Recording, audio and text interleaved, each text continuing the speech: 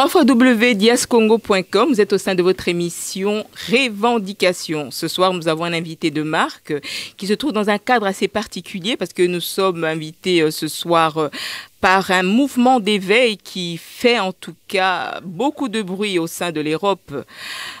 C'est le chant du coq qui parle par rapport aux différentes revendications du peuple congolais. Et nous avons à nos côtés le président de la CESA en la personne de Lokando Bosembe Christian. Bonsoir, monsieur. Salut, madame. Merci. Nous sommes vraiment heureux de vous recevoir en Belgique. Ça fait plusieurs jours que vous êtes ici en Occident. Et on voudrait savoir, au fait, quel est votre cahier de charge par rapport à votre mission sur place? Merci beaucoup, madame. Je voudrais corriger deux petites choses. Je suis président du CESAC. Le CESAC, c'est ici en Belgique, je comprends, parce qu'on est en Belgique, donc vous avez certainement cette connotation de la Belgique. Nous, c'est le CESAC, ça veut dire Conseil supérieur de l'audiovisuel et de la communication. Alors, notre séjour ici, c'est dans le cadre de rechercher les partenariats et consolider certains. Vous savez que nous sommes dans une période électorale et que notre pays est un pays profondément démocratique et que la démocratie ayant comme colonne vertébrale les élections et que nous allons organiser les élections et nous voulons que les élections s'organisent dans des bonnes conditions. Et donc, il fallait faire le tour d'abord de la Belgique, de la France et un peu partout.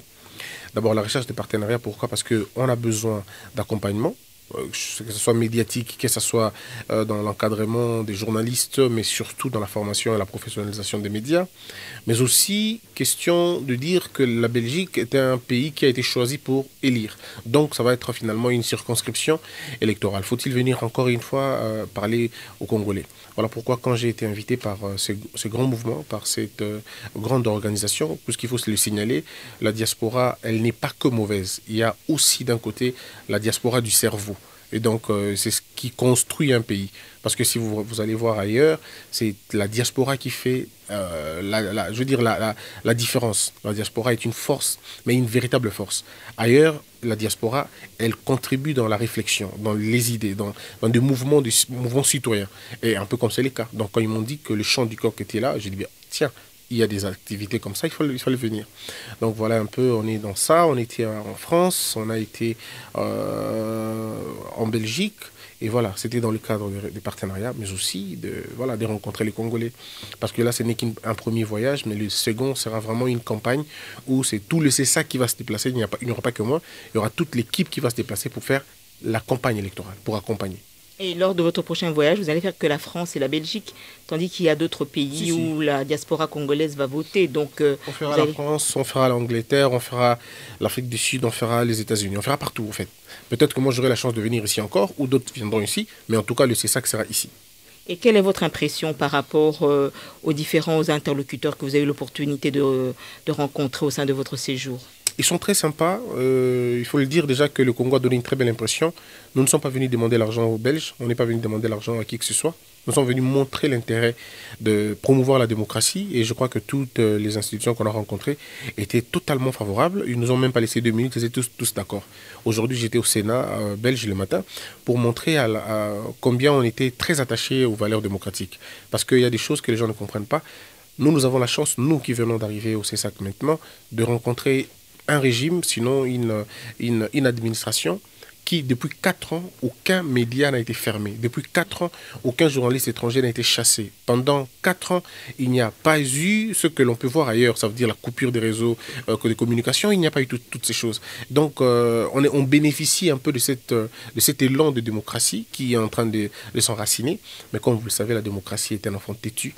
Donc, elle est très capricieuse, mais on y tient. On y va jusque-là. Et ça, c'est pour mes homologues que j'ai rencontrés ici. Ils étaient très ouverts. La RTBF nous a ouvert ses portes. Il y a le soir. Il y a beaucoup d'autres médias aussi.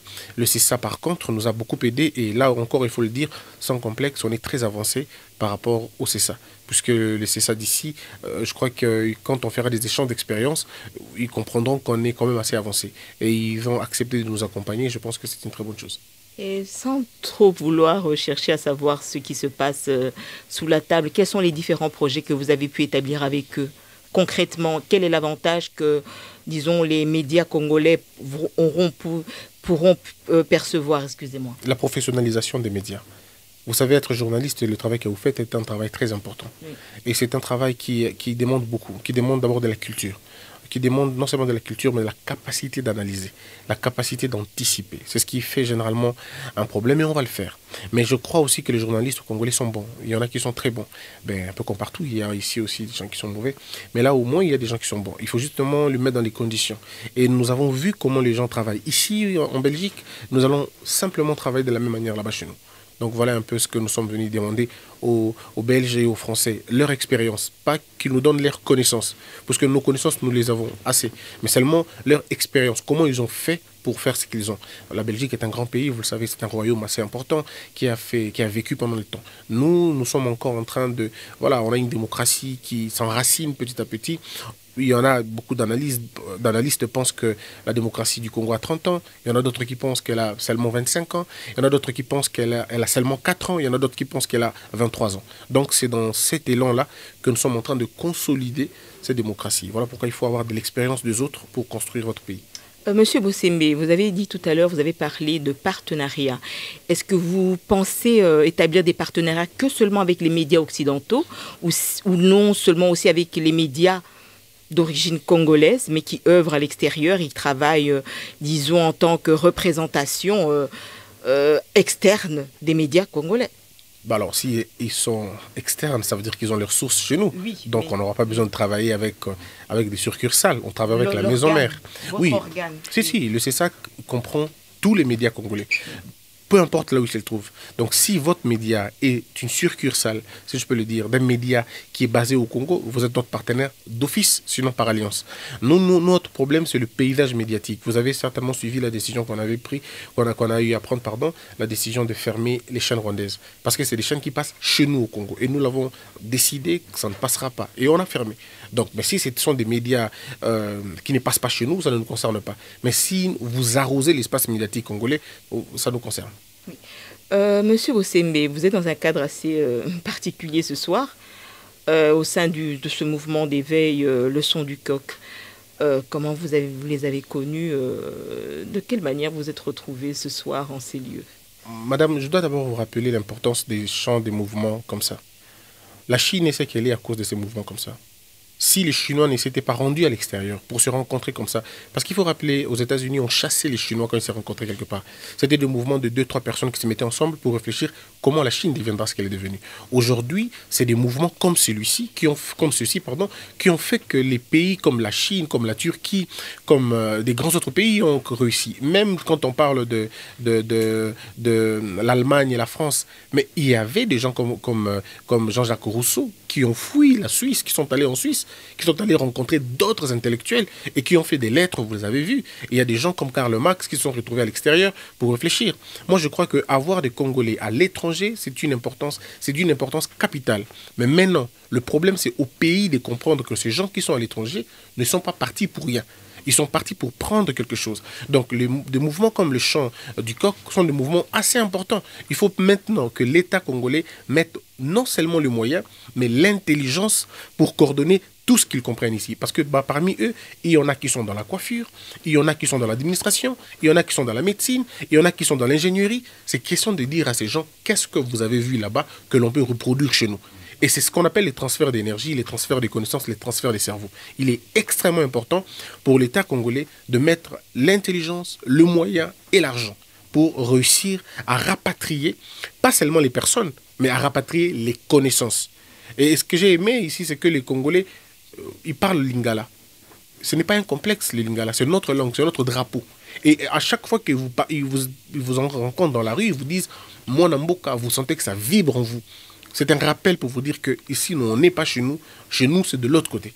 Et donc, je crois que c'est très important. Voilà pourquoi je n'ai pas hésité de venir rencontrer ces brillants, ces vaillants messieurs qui travaillent pour aider le pays. Encore qu'il faut dire que c'est la diaspora congolaise qui fait vivre le Congo.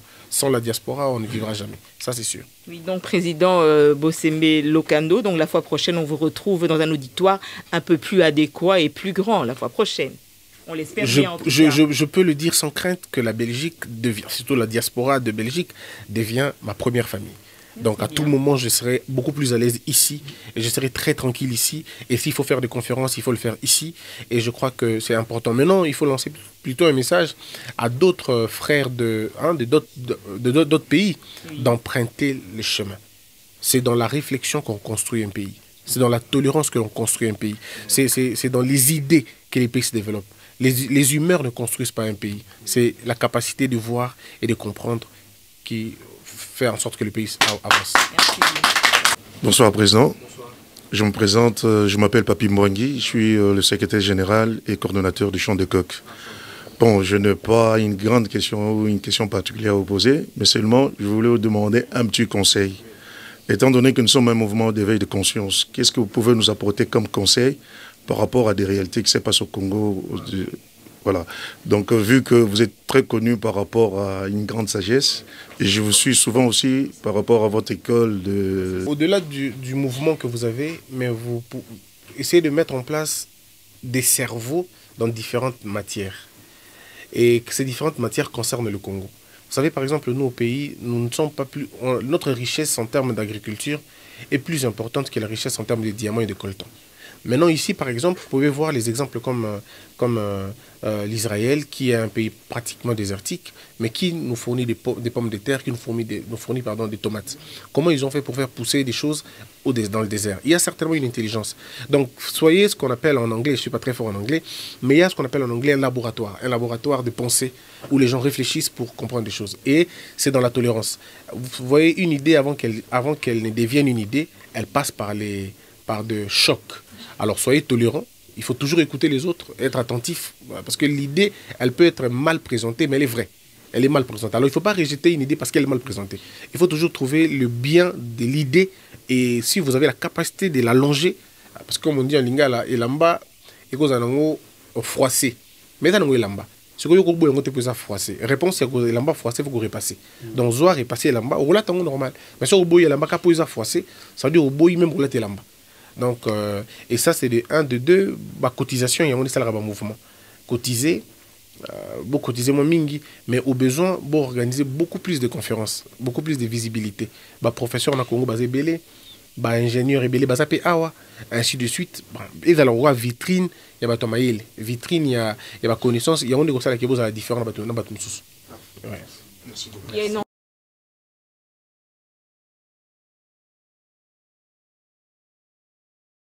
Thank you.